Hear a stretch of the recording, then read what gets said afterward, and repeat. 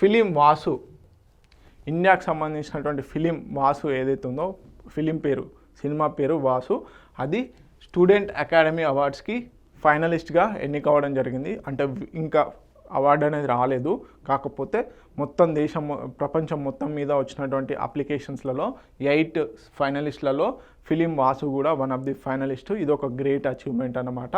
So ఏ అవార్డ్స్లో భాగంగా student academy awards 2025. So దీని director ఎవరు ఏంటి అనేది చూద్దాము. ఫిలిం వాసు, ఫిలిం మేకర్ ఎవరు? సిద్ధార్థ్ హరికుమార్. ఓకే, కేరళకు సంబంధించినటువంటి వ్యక్తి Siddharth Harikumar. Achievement 1 of 7.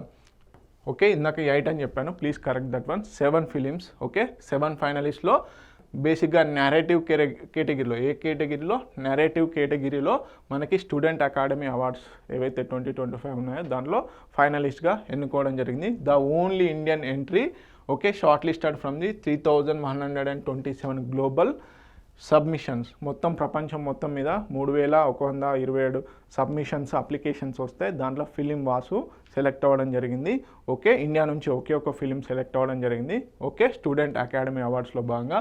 So film was Harikumar's final project Met Film School Berlin. Okay, Met Film School బెర్లిన్లో మీరు బేసిక్గా స్కూలింగ్కి సంబంధించి ఈ ఫిలిం మేకింగ్ సంబంధించి కోర్స్ అనేది చేయడం జరుగుతుంది.